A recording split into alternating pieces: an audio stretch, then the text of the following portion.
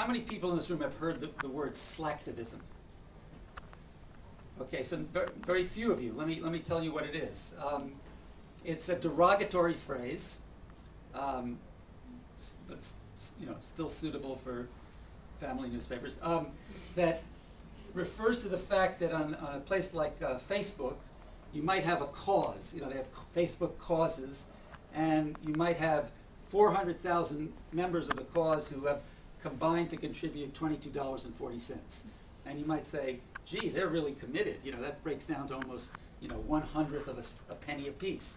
And so it becomes easy to be somewhat dismissive of how younger people are coming into social causes using new media. And yet I would,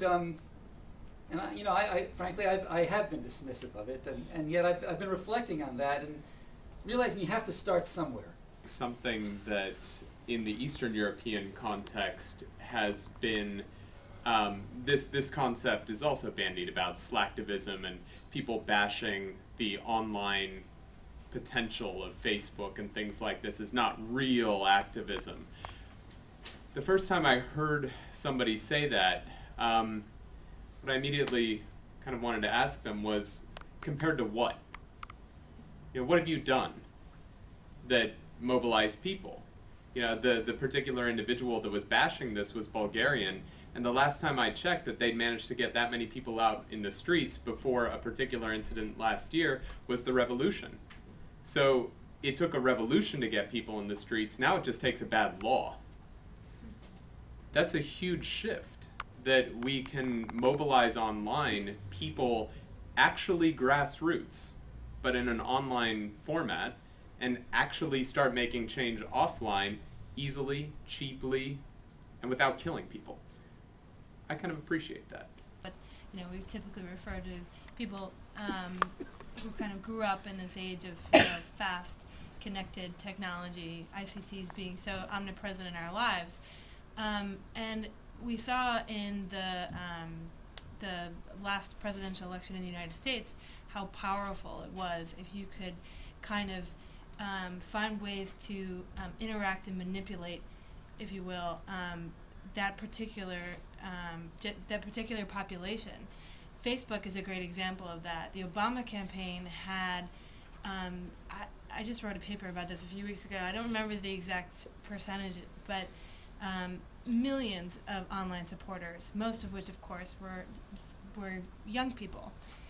Contrast that with the McCain campaign, who had a really small percentage in comparison, who won the election, and it doesn't necessarily mean that young people are calling the shots, but it does indicate that, if you want social movements, you have to integrate young people into them to some extent, and these tools are so critical in getting them involved. I don't know where to start, because I think we mix these things up way too much. First, American politics are not typical to the rest of the world. Obama was not typical to American politics. The use of these media in politics are brand new, and I don't think they should be applied to the civil society sector. I don't think it works. The facts are, none of the social media raise money unless you're in politics. They're lousy fundraisers across the board when compared to anything else. And I think it's a mistake to consider them in that way. It's a new way of bringing people together, but not for the purpose of raising money. If we measure it that way, it'll fail. That said, I also worry personally about Slacktivism. Slacktivism. It sounds like a television show. In so much as, not that it doesn't bring people together and it doesn't bring people to the streets. Even outside of the social media, it's being used as an indulgence, if you will, to assuage the kind of the indignancies, to click a button and then you're gone.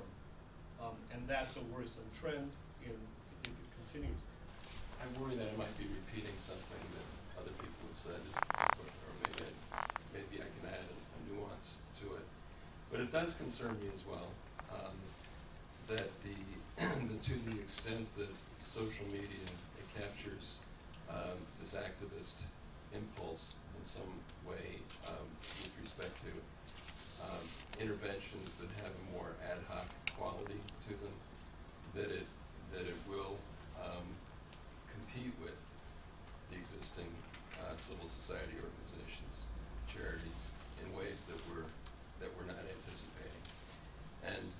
And so it's just something I think we all need to be mindful of.